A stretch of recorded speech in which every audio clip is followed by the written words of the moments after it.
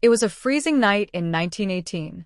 In a small village in France, the scent of gunpowder and the roar of cannons filled the air. It was the final months of World War I, and unit of the American 77th Infantry Division was trapped deep in enemy territory.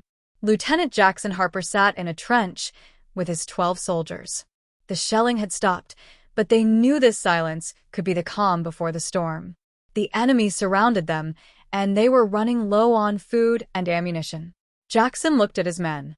Every face reflected exhaustion, hunger, and fear, but their spirits remained unbroken. They were thousands of miles from home, fighting not just for their country, but for each other. "We can't stay here much longer," Sergeant Miller whispered. "I agree," Jackson nodded. "But we need a plan to get out." Suddenly, movement at the end of the trench caught their attention.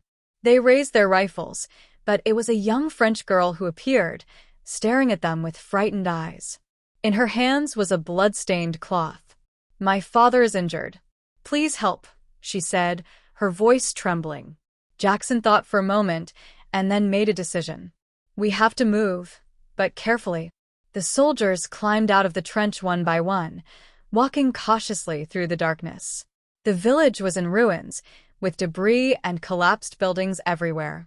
To avoid enemy patrols, they crept through narrow alleys. When they reached the house the girl had mentioned, they found an old man lying on the ground, groaning in pain. Jackson quickly pulled out bandages and wrapped his wound. But they had little time. Suddenly, a soldier whispered, "Sir, German troops are approaching." The unit quickly slipped out through the back door, hiding in the ruins. They could hear the enemy's boots on the cobblestone streets. Jackson motioned for silence. Minutes later, the enemy moved on. Jackson signaled to his men, and they quietly made their way toward the forest. Behind the dense trees, they found a safe path leading back to their unit. But their journey was far from over. The night was long, and every shadow seemed to hold a lurking threat. They had no choice but to keep moving, their boots crunching softly on the frozen ground. As they walked, Jackson reflected on the war.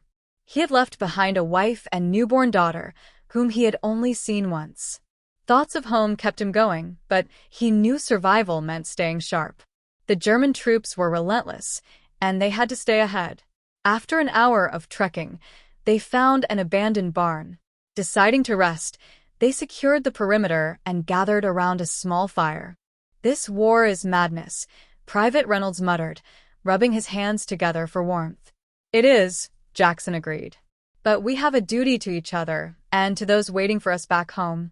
The men nodded, their faces illuminated by the flickering flames.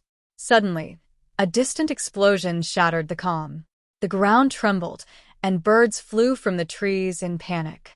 "That was close," Sergeant Miller said. "We should move before they come looking." They extinguished the fire and continued through the forest. Dawn was breaking when they spotted movement ahead. Jackson signaled for the men to take cover. Peering through the trees, they saw a squad of German soldiers standing near a makeshift outpost. "We need to get past them," Jackson whispered. "But engaging is too risky. We'll go around." The soldiers moved in complete silence, creeping past the enemy encampment. Just when they thought they were clear, a twig snapped beneath Private Cole's boot. The Germans turned, shouting in alarm. "Run," Jackson ordered. Gunfire erupted as they sprinted for cover. Bullets whizzed past them, striking trees and sending splinters flying. Jackson fired back, dropping an enemy soldier. They reached a rocky outcrop and took defensive positions. "We're pinned down," Miller shouted. "We need to flank them." Jackson assessed the situation. "Reynolds, Cole, take the left side. The rest provide covering fire." Reynolds and Cole maneuvered through the trees, opening fire on the Germans from the flank. Caught off guard, the enemy scrambled for cover. Jackson seized the opportunity. "Advance." The squad moved swiftly, taking down the remaining enemies. When the gunfire ceased, Jackson checked his men. Cole had been hit in the shoulder, but he was stable. "Let's keep moving," Jackson said, helping Cole to his feet. Hours later, they finally saw the American encampment in the distance. Relief flooded over them. As they approached, A group of soldiers rushed to meet them. "We thought you were lost," a fellow officer said. "Glad to see you made it." Jackson nodded, exhaustion evident in his eyes. "We had some close calls, but we made it."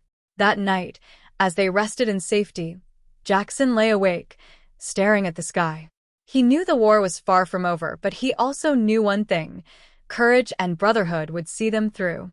The war had tested them, but they had survived. And as long as they had each other, they would keep fighting, one day at a time.